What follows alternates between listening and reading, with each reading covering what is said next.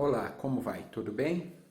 Meu tema aqui hoje é misantropia versus soberania divina. A batalha espiritual continua. Esta batalha começou com uma declaração de Nosso Senhor Yeshua, quando ele disse: Já não falarei muito convosco, porque se aproxima o príncipe deste mundo, e poder algum ele tem sobre mim. João capítulo 14. Entende-se claramente que o inimigo iria influenciar os poderes do governo e da religião para induzi-los a levar Nosso Senhor Yeshua à humilhação, sacrifício e morte. Mas quando Nosso Senhor, na estaca de tortura, rende seu espírito ao Pai, o cenário espiritual muda de figura. Miguel e seus anjos iniciam uma poderosa batalha no céu, guerreando contra o dragão. O confronto culminou na expulsão de Satanás e da terça parte dos anjos do céu, e com ele, com grande cólera e fúria, foram lançados para as vizinhanças da terra, no abismo. Apocalipse capítulo 12. É exatamente o que vemos nos dias atuais, onde esses mesmos seres espirituais recebem variados nomes para camuflar sua identidade. Alienígenas, extraterrestres, seres de outra dimensão, anjos caídos, demônios, Belzebu, diabo e Satanás. Eles alimentam a misantropia, o isolamento, o caos e o ódio contra a humanidade através dos mais variados setores das relações humanas, principalmente no núcleo familiar, que é a base e fundamento de qualquer sociedade organizada. Está escrito, e não é de se estranhar, pois que o próprio Satanás se transfigure em anjo de luz. Por conseguinte, não é surpreendente que os seus ministros se transfigurem em servidores da justiça, mas o fim destes corresponderá às suas obras. 2 Coríntios capítulo 11. O objetivo é um só: enganar os que estão nas trevas, sem conhecimento espiritual. Por isso, se faz necessário conhecer a verdade exata da palavra de Deus, para que a própria verdade nos liberte desses enganos espirituais. João capítulo 8. A epístola de Judas, não o Judas traidor, nos insere de forma incisiva e direta no cenário dessa batalha espiritual, que é a mais violenta da história humana. Enfrentamos hoje uma verdadeira guerra espiritual pela preservação da fé contra os poderes das trevas. Há um erro crasso e um perigo mortal que assola este mundo alienado de Deus. Achar que o mal é um mito ou que o inimigo pode ser tratado com leviandade, piadas ou arrogância humana. Existe uma diferença absurda entre estar guardado pelo poder divino e andar na soberba da carne. A proteção contra o império das trevas é um direito exclusivo daqueles que possuem fé genuína, andam em temor e respeitam as leis da realidade invisível do mundo espiritual. O texto sagrado de Judas traz um alerta cirúrgico sobre indivíduos que, como alucinados inconsequentes, difamam o que não compreendem, o que não conhecem.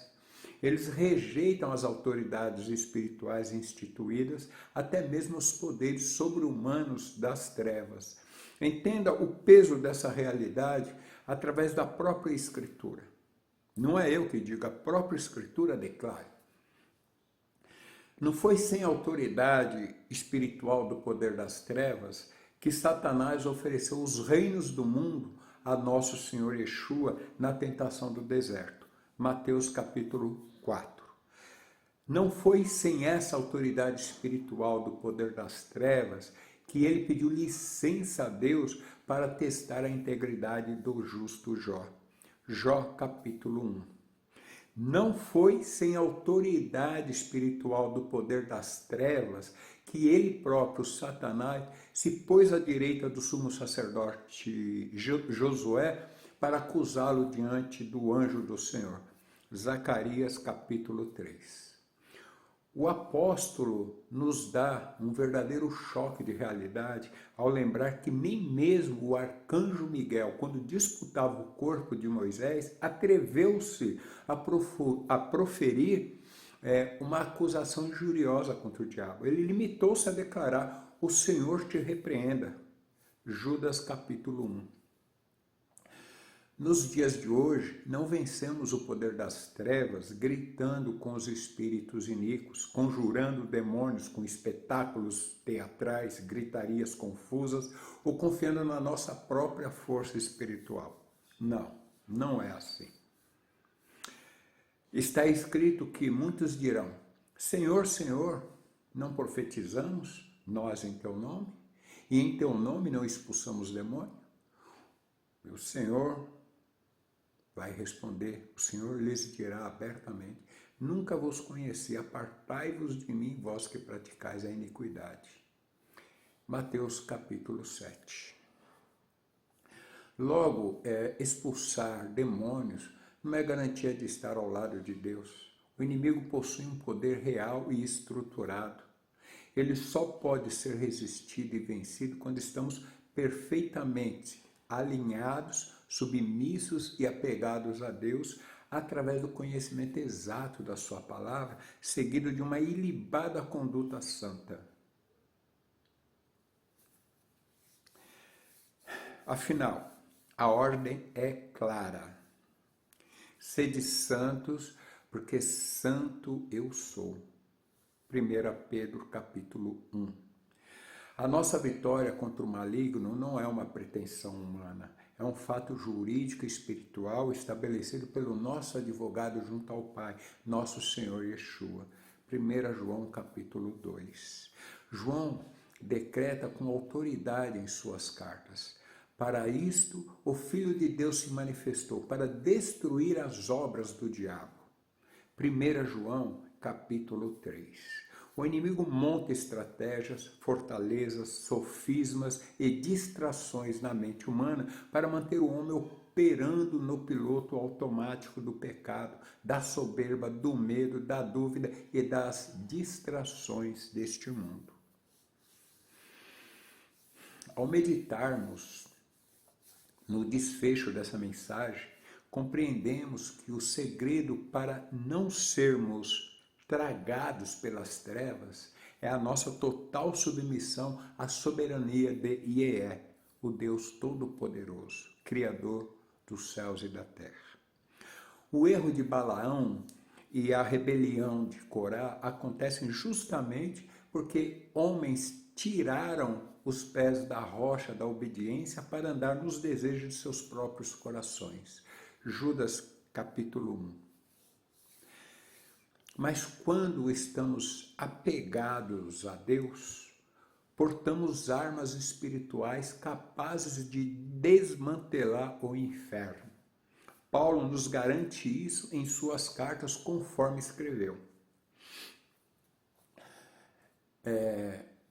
Porque as armas de nossa milícia não são carnais, mas sim poderosas em Deus para destruir as fortalezas, destruindo os conselhos e toda altivez que se levanta contra o conhecimento de Deus, elevando cativo todo o entendimento à obediência de Cristo.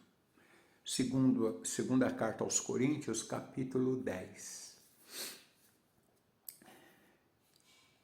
Como também nos instrui a revestir de toda a armadura de Deus, conforme carta aos Efésios, capítulo 6. Portanto, o posicionamento do servo fiel não é o da arrogância tola ou dos falsos ensinos dos falsos profetas de hoje, mas o da autoridade humilde e submissa a Deus. O segredo da fuga do devorador não começa no confronto começa na dobra dos joelhos, dos nossos joelhos, diante do trono de Deus. Tiago resume essa lei espiritual de forma perfeita. Sujeitai-vos a Deus e resisti ao diabo, e ele fugirá de vós. Tiago capítulo 4. Então, se hoje você se encontra cercado por ondas bravias, ou se a pressão das trevas tenta empurrar a sua vida para o medo, para a superstição e para o desamparo, desative agora o piloto automático da descrença e ignorância do conhecimento da verdade de Deus. E sujeite-se ao decreto de Eé, pela graça de nosso Senhor Yeshua. Lembre-se das palavras de Tiago que eu repito aqui. Sujeitai-vos, pois, a Deus. Resisti ao diabo, ele fugirá de vós. Chegai-vos a Deus e ele se chegará a vós. Tiago capítulo 4. Ao único Deus, nosso Salvador, por intermédio de nosso Senhor Yeshua, sejam a glória, a majestade, o poder e a autoridade, antes de todas as eras, agora e para todo sempre. Amém. Mensagem entregue, missão cumprida. Meu nome é Fernando Teodoro. Até o próximo vídeo.